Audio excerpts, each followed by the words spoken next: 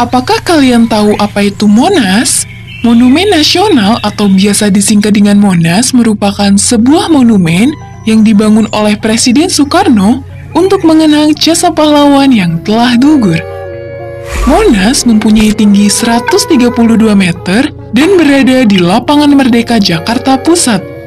Sejarah pembangunan Monas berawal ketika Indonesia mendapatkan pengakuan kemerdekaan dari Belanda pada tanggal 27 Desember 1949. Sejak saat itu, Presiden Soekarno punya cita-cita ingin membangun sebuah monumen nasional agar bangsa Indonesia bisa selalu ingat jasa para pahlawan dalam memperjuangkan kemerdekaan Indonesia. Pada tanggal 17 Agustus 1954, Presiden Soekarno membentuk Komite Nasional, dan setahun kemudian, Komite Nasional mengadakan sayembara mendesain Monas. Dari 51 karya yang dikumpulkan, hanya karya Frederick Silaban yang lolos, di mana karya tersebut sesuai dengan kriteria panitia yang melambangkan jati diri dan sejarah bangsa Indonesia. Selanjutnya, Frederick diminta untuk menemui Presiden Soekarno.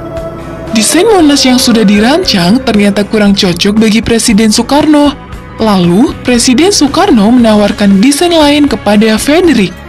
Apakah kamu bisa merubah desain Monas agar lebih mirip dengan penduduk Lingga dan Yoni?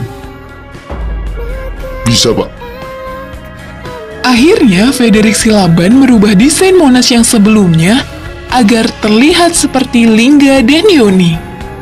Penggunaan konsep Lingga dan Yoni ini dipakai karena keduanya sudah melambangkan kesuburan yang melekat di dalam masyarakat Indonesia sejak dahulu kala. Kemudian, Frederick Silaban menyusun kembali rancangan Monas sesuai dengan permintaan Presiden Soekarno. Tapi, ketika rancangan tersebut diajukan, anggaran yang dibutuhkan terlalu besar dan tidak bisa dibiayai oleh anggaran negara.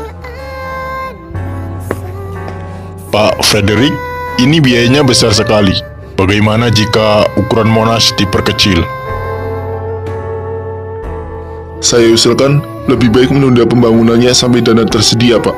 Jika ukurannya kecil, nanti tidak bagus hasilnya. Baiklah.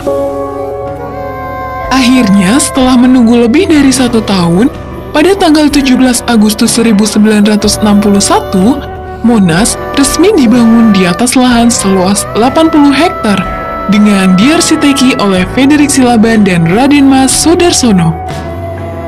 Setelah memakan waktu selama beberapa tahun, akhirnya pembangunan Monas sudah selesai, dan pada tanggal 12 Juli 1975, Monas resmi dibuka untuk umum.